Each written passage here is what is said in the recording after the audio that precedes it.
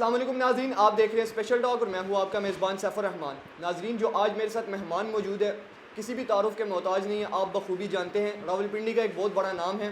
اور پاکستان تحریک انصاف سے ان کا تعلق ہے۔ پاکستان تحریک انصاف میں MNA بھی ہیں۔ میرے ساتھ موجود ہے شیخ راشد شفیق صاحب، تو آج ہم ان سے کچھ سوالات کریں گے اور ان کی پارٹی کے بارے میں جانیں گے۔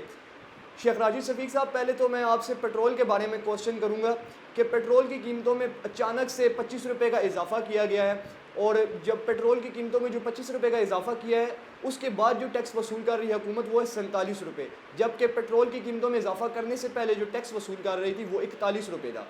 تو حکومت عوام پر کم بوجھ ڈال کر ٹیکس میں کم بھی کر سکتی تھی، لیکن حکومت نے ایسا نہیں کیا۔ تو اس کے بارے میں آپ کیا کہیں گے کہ ایسا کیوں نہیں کیا حکومت نے؟ کورونا کا وائرس آیا،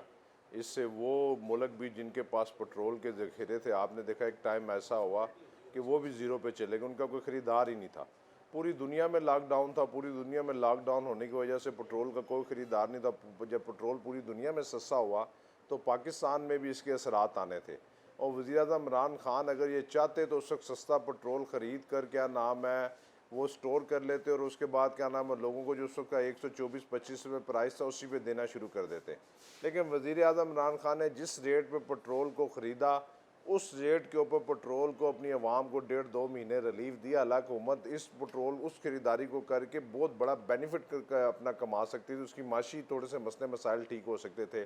لیکن جب دنیا میں کرونا کے مسائل تھوڑے سے ٹھیک ہونا شروع ہوئے، جب لاک ڈاؤن ختم ہوا، دنیا کا کاروبار چلنا شروع ہوا، معاشی معاملات صحیح ہونا شروع ہوئے، تو پھر پیٹرول کے پرائس اپ ہوئے۔ اب پاکستان نے بھی دنیا کے ساتھ چلنا ہے۔ کوئی پیٹرول پاکستان کی اپنی پیداوار تو نہیں، پاکستان کے اپنے کنویں تو نہیں ہے کہ پاکستان نے کراچی میں یا بلوچستان میں یا خیبر پختونخوا میں کنویں جہاں سے میں پیٹرول مل جاتا ہے۔ تو یہ وہ چیز سے اگر اس پیٹرول کو 3-4 حالانکہ نہ بڑھایا جاتا تو اس کا بہت بڑا معاشی نقصان ہونا تھا۔ میں سمجھتا ہوں غریب عوام پر بوجھ ضرور ہے، 2 مہینے کے لاک ڈاؤن سے غریب عوام متاثر ضرور ہوئی ہے۔ وزیر اعظم عمران خان نے اس 2-3 ماہ کے اندر جتنی غریب عوام کے لیے آواز بلند کی ہے اس لاک ڈاؤن، یہی تو اصل مسئلہ تھا کہ جو وزیر اعظم عمران خان کہتے تھے کہ لاک ڈاؤن نہیں ہونا چاہیے۔ آج دنیا کے بڑے بڑے ملک اس لاک ڈاؤن کی مخالفت کر رہے ہیں اور سمارٹ لاک ڈاؤن کی باتیں کر رہے ہیں۔ بہرحال ہم پوری کوشش کریں گے کہ آنے والے دنوں میں دنیا میں جو اس وقت پیٹرول کی قیمت ہے اس کے مطابق جو لوگوں کو ریلیف مل سکتا ہے اس میں ریلیف دینے کی پوری کوشش۔ سر، آپ نے نون لیگ کی حکومت اور PTI کی حکومت میں کیا فرق دیکھا؟ نون لیگ کی حکومت چوروں کی حکومت تھی، تحریک انصاف کی حکومت ایک ایماندار اور شفافیت کی حکومت ہے، اور یہ بھی اگر PTI کی حکومت نون طریقے سے تمام ان لوگوں کے ساتھ اپنی ایڈجسٹمنٹیں کر لیتی، ان کو NROs دے دیتی اور اپنے من پسند کے لوگوں کو۔ اب یہ حالات ہیں، وزیر اعظم عمران خان جو اپنے ذاتی گھر میں رہتے ہیں، ان کا کوئی کیمپ آفس نہیں ہے، پرائم منسٹر ہاؤس کے اخراجات کم ہوئے ہیں، اور اس کے بعد پرائم منسٹر آفس کے جو اخراجات کم ہوئے ہیں، اور دنیا میں پہلی دفعہ وزیر اعظم عمران خان نے یہ ثابت کیا ہے کہ آپ ایک گھر میں ایک کمرے میں ایک چھوٹے سے دفتر میں بھی رہ کے اپنے ملک کے سارے معاملات کو چلا سکتے ہیں، نہ کہ آپ کے ملک میں 10-12 دفاتر ہوں۔ اور نون کی حکومت میں یہ تھا کہ ایک لاہور میں کیمپ آفس ہے، ایک ریونڈ میں کیمپ آفس ہے، ایک پنڈی میں کیمپ آفس ہے، ایک مری میں کیمپ آفس ہے، اور ان کیمپ آفسوں کے جو سٹاف تھے، اخراجات تھے، وہ لاکھوں نہیں کروڑوں میں تھے۔ اور اس کے بعد دنیا میں جو نون کی حکومت نے جب یہ انٹرنیشنل سفر کی، اس کی مجھے ایگزیکٹ اماؤنٹ تو نہیں پتا، وہ کروڑوں میں ہے۔ اور وزیر اعظم نے جو یہ 2-4 جو اپنے کیا نام ہے سفر کیے ملک کے لیے پاکستان سے باہر، وہ لاکھوں میں ہے۔ اور اس کے ساتھ ایک پورا جہاز جایا کرتا تھا نون کے دور میں بھر کے، جو لوگ جن لوگوں نے کبھی اپنے گھر سے باہر نہیں نکلے تو ان لوگوں کو بھی ساتھ لے کے جا کر اپنی فیملی کو ساتھ لے جا کر انجوائے کروایا جاتا تھا۔ وزیر اعظم عمران خان نے یہ ساری چیزیں ختم کی ہیں۔ وزیر اعظم عمران خان کے لیے مشکلات ضرور ہیں، غریب عوام پر میں سمجھتا ہوں کہ بوجھ ضرور ہے۔ اس وقت جو معاشی حالات ہیں، لوگ بیچارے جو مہنگائی کی چکی میں پس رہے ہیں اس وقت، ان حالات کو ٹھیک کرنے کے لیے وزیر اعظم عمران خان دن رات کوشش کر رہے ہیں۔ اور ہم کو یہ جو نون لوگ یہ دعوے کرتے ہیں جی پیٹرول کی لائنیں لمبی، ان کو اپنی لائنیں بھول گئیں، ان کو CNG کی لائنیں بھول گئیں، ان کو آٹے کی قلت کی لائنیں بھول گئیں، چینی کی لائنیں بھول گئیں۔ اگر عمران خان کے دور میں 1 یا 2 دفعہ پیٹرول کے لیے لائنیں لگ گئی ہیں تو انہوں نے ایشو بنا لی۔ اصل ان کا مقصد یہ ہے نون کا کہ کسی طریقے سے عمران خان کی حکومت کا خاتمہ ہو، جو ان کی چوریاں ہیں، جو انہوں نے ملک کا مال لوٹا ہے، پاکستان سے باہر لے کے گئے ہیں، اس کا احتساب بند ہو۔ لیکن وزیر اعظم عمران خان نے قومی اسمبلی میں بھی کہہ دیا ہے کہ میں جب تک ہوں اس ملک میں ہر اس شخص کا احتساب ہوگا جس نے اس ملک کا مال لوٹا۔ سر آپ ایک اچھے سیاست دان ہیں اور آپ نے سیاست میں آنے کے لیے بہت اسٹرگل بھی کی ہے، تو آپ کو جو میں ایک آپ سے سوال کرنے جا رہا ہوں، آپ کو اس کا جواب بالکل غیر جانبدار ہو کر دینا ہوگا۔ کیا آپ نواز شریف کو ذاتی طور پر چور سمجھتے ہیں؟ ذاتی طور پر دیکھیں نا جی، میری ذات کا اس سے کوئی تعلق نہیں۔ میں جب تک میں مسلم لیگ نون میں بھی رہا ہوں، میں M S F Rawalpindi کا صدر بھی رہا ہوں، نواز شریف کے ساتھ بھی جب تک وہ سعودی عرب نہیں گئے تو اس کے ساتھ تھے ہم نے نواز شریف کی پارٹی سے 1-2 دفعہ الیکشن بھی لڑے شیخ رشید احمد صاحب نے۔ یہ ساری چیزیں جب پاناما لیکس آئی ہے، مجھے تو نہیں پتا تھا نا۔ اب جب میں اقتدار سے اتروں گا، میں پارلیمانی سیکرٹری ہوں، ایم این اے ہوں، اور جو میرے جو ایسٹس ہیں، جب میں نے ممبر نیشنل اسمبلی بننے کے وقت وہ جو اپنے انکم ٹیکس کے گوشوارے ایف بی آر کو جمع کروائے ہیں، مجھے 2 سالوں میں یہ نہیں پتہ لگا کہ یہ لوگ 5 سالوں میں کس طریقے سے شوگر ملیں لگا لیتے ہیں، کس طریقے سے ان کی کیا نام آٹے کی ملیں ہیں، کس طریقے سے ان کے کیا نام ہے پاکستان سے باہر پیسہ چلے جاتا ہے۔ جب سپریم کورٹ میں یہ کیس گئے، سپریم کورٹ نے یہ کہا کہ آپ کے پاس اتنا پیسہ کہاں سے آیا، آپ 3 دفعہ اس ملک کے وزیر اعظم رہے ہیں، 4 دفعہ وزیر اعلیٰ رہے ہیں، اور آپ کے بچوں آپ کے یہ ایسٹ تھے جب آپ پہلی دفعہ ممبر قومی اسمبلی بنے یا صوبائی اسمبلی بنے، اور پاکستان نے اتنی ترقی نہیں کی جتنی آپ لوگوں نے ترقی کی ہے۔ اور یہ جو عدالتوں نے ثابت کیا، ہم نے تو کوئی ایسا جب عدالتوں نے ان سے ثبوت مانگے، پاکستان تحریک انصاف کی حکومت تو جا کے اس کیس کے پیچھے کھڑی ہوئی ہے، شیخ رشید احمد صاحب اس کیس کے پیچھے کھڑے ہوئے ہیں کہ ہمیں بھی پتہ چلنا چاہیے کہ جب پاناما نے یہ سارا ان کا ڈرامہ باہر نکالا اور پتہ لگا کہ لندن میں اور دنیا کے دیگر ممالک میں جو ان کے ایسٹس تھے، اس سے ثابت ہوا کہ یہ چور ہیں اور چوروں کا اب احتساب ہو رہا ہے۔ اگر یہ ایماندار ہیں تو ابھی بھی آ کے یہ جیل کیا ہے، جیل نے کسی کو، شیخ صاحب نے 7 سال جیل کاٹی ہے جھوٹی کلاشنکوف کے اندر، آج یہ پاکستان سے باہر انجوائے کر رہے ہیں اپنی فیملیوں کے ساتھ۔ مرنے کے لیے ہم ہیں یہاں پر، ڈنگی سے ہم مر رہے ہیں، کرونا سے ہم مر رہے ہیں، زلزلے سے ہم مر رہے ہیں، سیلاب سے ہم مر رہے ہیں، اور اقتدار کو انجوائے یہ جب کرتے ہیں، اور جب برا ٹائم آتا ہے تو لندن میں جا کے اپنی فیملی کے ساتھ عیاشیاں کرتے ہیں۔ سر جو میرا اگلا سوال ہے آپ سے وہ یہ ہے کہ اسمبلی میں عمران خان صاحب نے مائنس عمران خان کا حوالہ دیتے ہوئے کہا ہے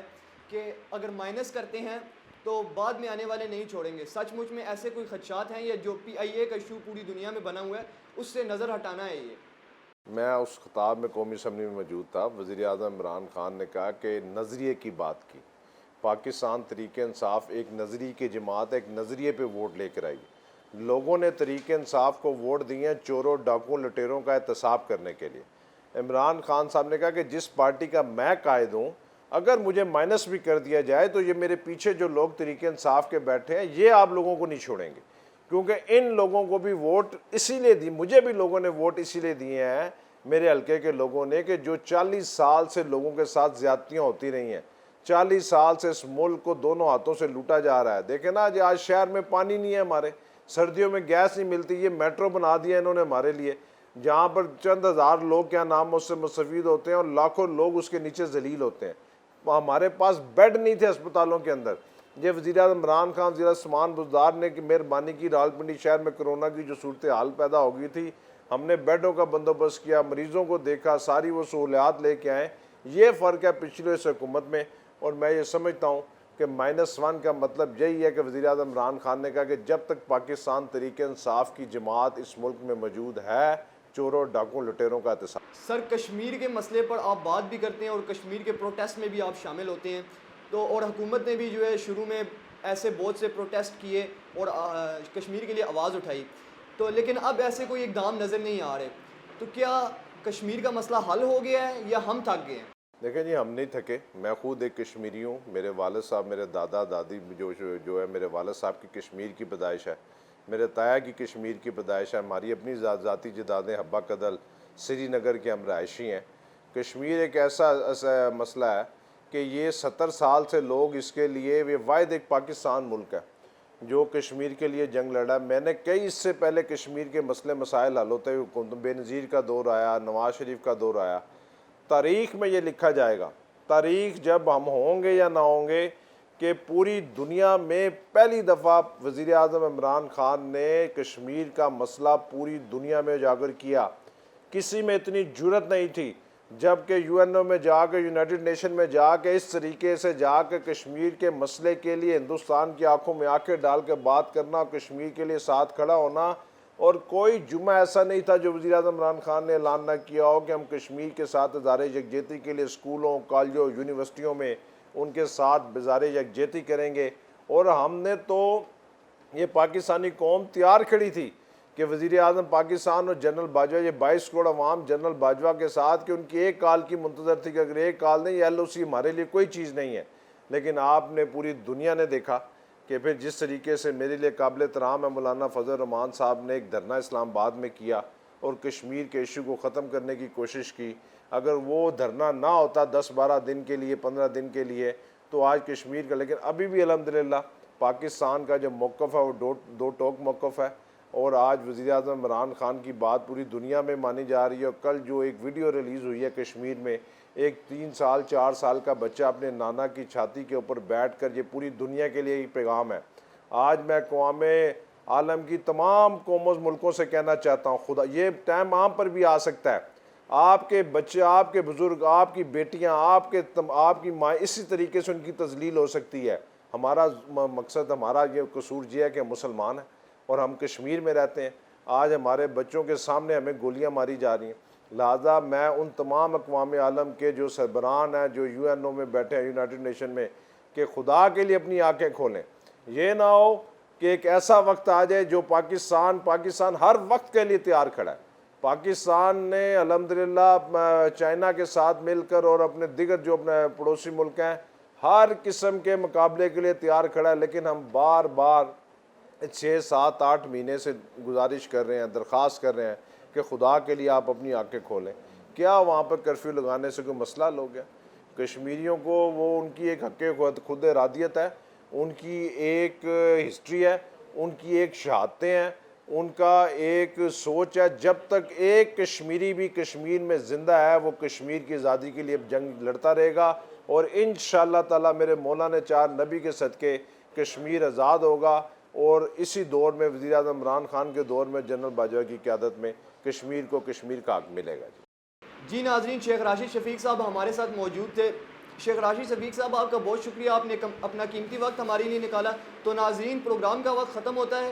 ملتے ہیں اگلے پروگرام میں ایک نئے مہمان کے ساتھ، تب تک کے لیے مجھے دیجیے اجازت، خدا حافظ۔